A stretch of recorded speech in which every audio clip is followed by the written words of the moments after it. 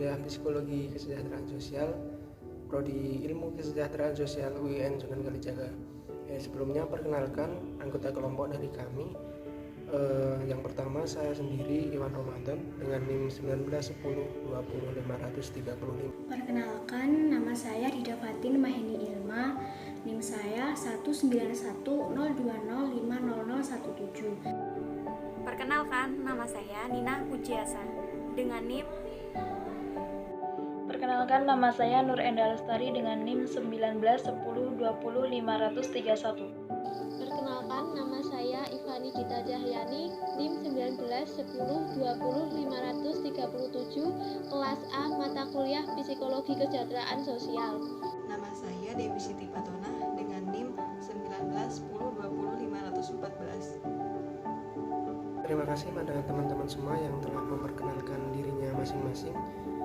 Selanjutnya kami dari kelompok 4 akan mempresentasikan sebuah video dengan tema teori behaviorisme dan aplikasi dalam praktik pekerjaan sosial, yang mana tugas ini kami buat untuk memenuhi tugas ujian tengah semester dari mata kuliah Psikologi Kesejahteraan Sosial, Prodi Ilmu Kesejahteraan Sosial UIN Sunan Kalijaga yang diampu oleh Ibu Handayani.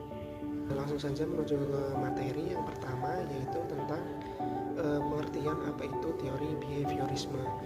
Jadi teori ini merupakan teori perkembangan perilaku yang mana itu dapat diamati, diukur, dan dihasilkan karena adanya respon terhadap rangsangan.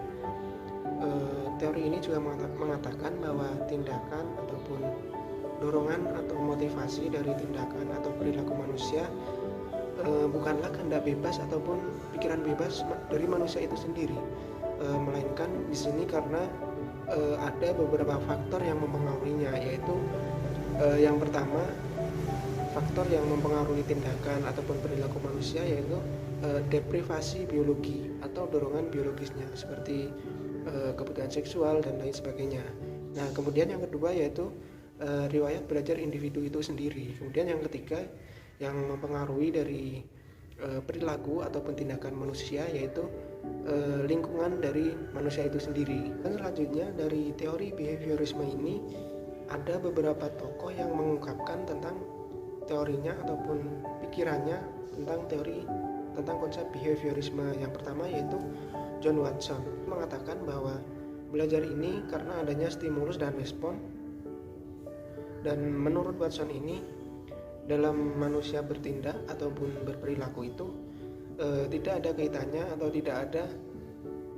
tidak disebabkan karena naluri manusia itu, sehingga teori belajar menurut John Watson ini mengatakan bahwa perilaku manusia itu memang benar-benar karena pengaruh adanya stimulus dan respon. Kemudian tokoh selanjutnya yaitu Skinner dengan teorinya yaitu operant conditioning. Skinner ini menyatakan bahwa perilaku manusia merupakan sesuatu yang dapat dibentuk ataupun direkayasa, bisa melalui penguatan ataupun reinforcement, baik itu reinforcement berupa negatif ataupun positif. Selanjutnya tokoh dalam teori behaviorisme ini ada Ivan Pavlov. Dalam teori beliau menyatakan bahwa perilaku manusia merupakan rangkaian panjang antara stimulus dan respon yang dilakukan secara terus-menerus dan berulang-ulang, sehingga lama-kelamaan hal itu akan menetap menjadi sebuah kebiasaan. Dan selanjutnya yaitu Albert Bandura dengan teorinya sosial kognitif. Dalam teori ini dinyatakan bahwa perilaku manusia itu bukanlah sebuah refleks mata yang terjadi karena adanya respon dan stimulus, akan tetapi perilaku juga terjadi karena adanya interaksi antara lingkungan dan pribadi atau manusia itu sendiri. Kemudian dalam teori ini dinyatakan bahwa proses belajar manusia itu melalui sebuah imitasi ataupun peniruan terhadap apa saja yang ada di lingkungannya itu. Seperti Seperti yang sudah kita ketahui bahwa teori behavioristik merupakan pembelajaran yang mengamati perubahan tingkah laku seseorang akibat adanya interaksi antara stimulus dan respon. Jadi tingkah laku seseorang itu merupakan respon dari stimulus yang sudah diberikan sebelumnya. Teori ini juga digunakan dalam praktik konseling yang biasa dilakukan oleh konselor maupun pekerja sosial. Ketika seorang klien menghadapi sebuah masalah, kemudian klien tersebut datang kepada konselor ataupun pekerja sosial untuk melakukan konsultasi, maka konselor ataupun pekerja sosial tersebut akan menggunakan teori ini dalam menghadapi masalah klien. Selain menggunakan teori ini, konselor ataupun pekerja sosial juga menggunakan teknik-teknik dalam menghadapi permasalahan klien. Salah satu teknik yang digunakan adalah teknik asertif. Untuk lebih memahami apa itu teknik asertif, mari kita tonton cuplikan video berikut ini.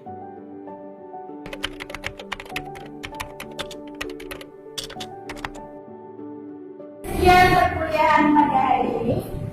Jangan lupa ya, tugas-tugasnya dikumpulin besok. Siap, Bu. Oke, sekian. Wassalamualaikum warahmatullahi wabarakatuh.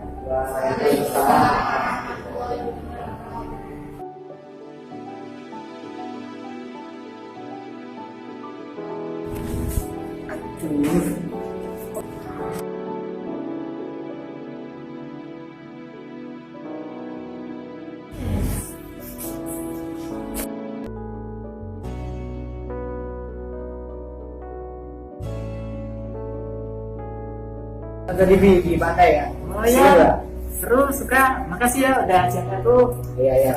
Tadi besok.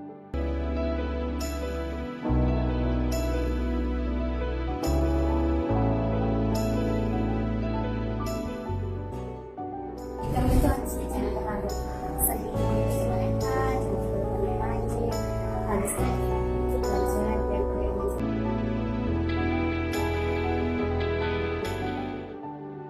Masuk kedatangan kami, ini teman saya ada masalah untuk konsultasi dengan Anda.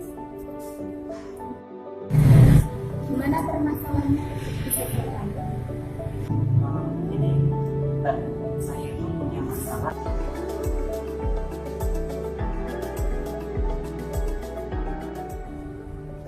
Begini Mas, kamu itu harus punya keberanian, punya kesadaran akan tugas kamu akan tugas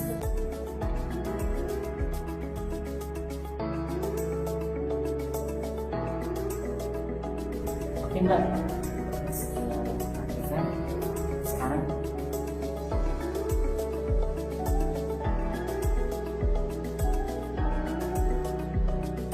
ini. ya. Ayo kita main PS apa ke warung apa ke pantai, ada tempat seru yang baru. Nanti kamu buat tugasnya ini nanti aja, kan waktunya kan masih longgar, masih banyak tuh. Kita main aja yuk. Mbak, maaf ya, kali ini saya ada sedikit tugas. Ini kan juga untuk nambah nilai sebenarnya yang tugas kemarin belum bisa. Ini juga dari orang tua saya sudah menguliakan saya di sini. Itu kan sebagai terima kasih saya pada orang tua. Saya nggak mungkin mengabaikan tugas ini hanya untuk main-main saja. Maaf ya kali ini.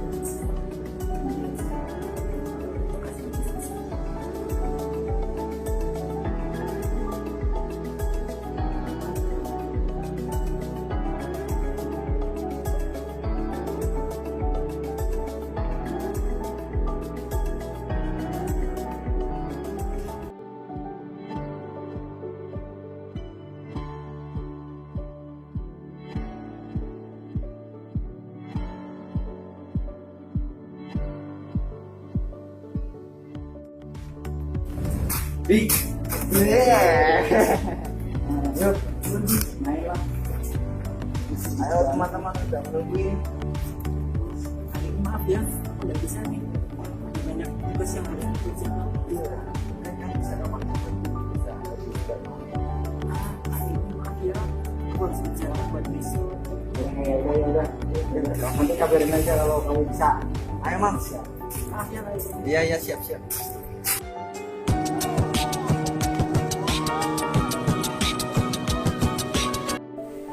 Dari cuplikan video tadi menceritakan bahwa klien merupakan seorang anak yang rajin dalam mengerjakan tugas kuliah. Namun, lingkungan bermainnya, yaitu teman-temannya, mengajak dia untuk bermain. Di lain sisi, klien sulit untuk mengatakan tidak kepada temannya.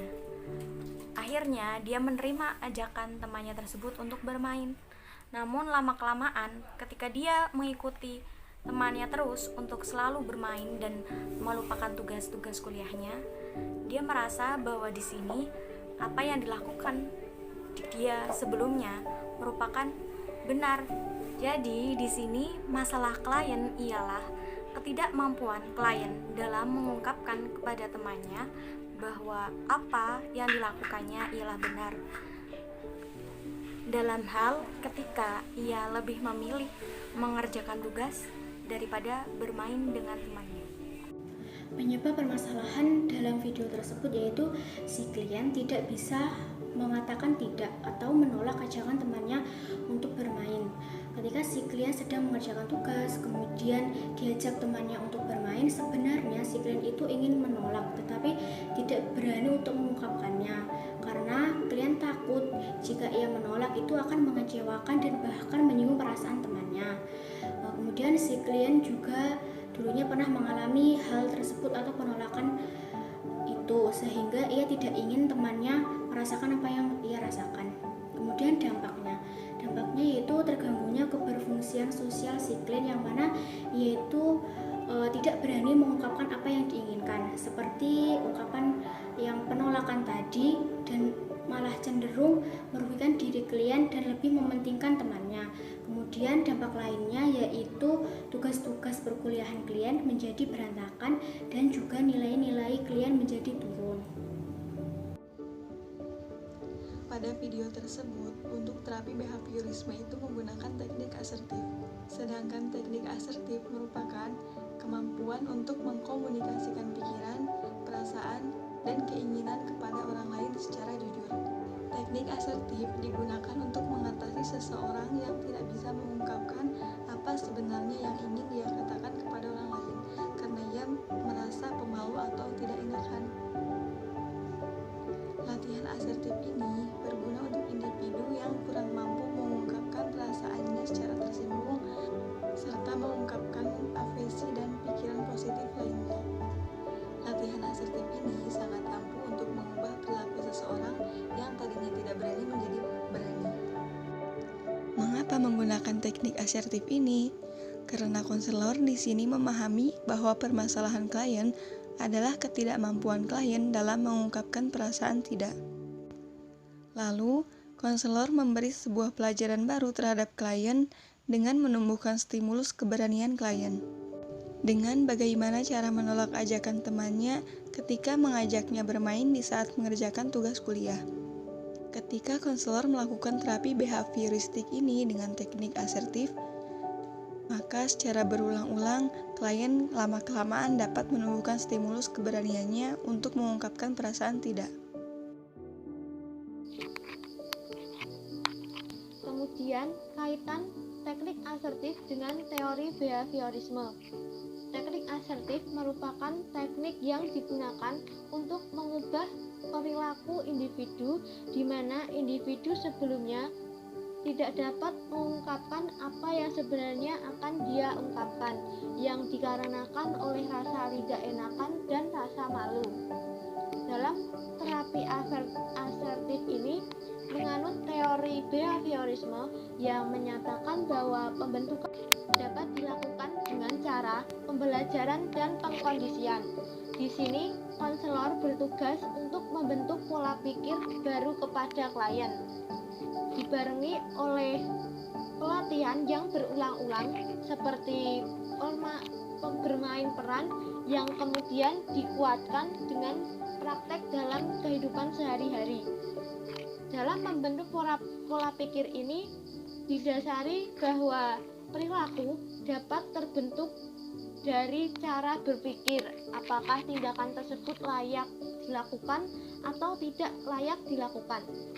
Lalu dari sinilah ketika klien mengasumsikan tindakan tersebut layak dilakukan, maka timbullah keberanian untuk mengungkapkan yang sebenarnya akan dia ungkapkan, sehingga terbentuklah perilaku baru pada klien. Demikian penjelasan video dari kelompok kami. Jika ada salah mohon dimaafkan. Terima kasih. Wassalamualaikum warahmatullahi wabarakatuh.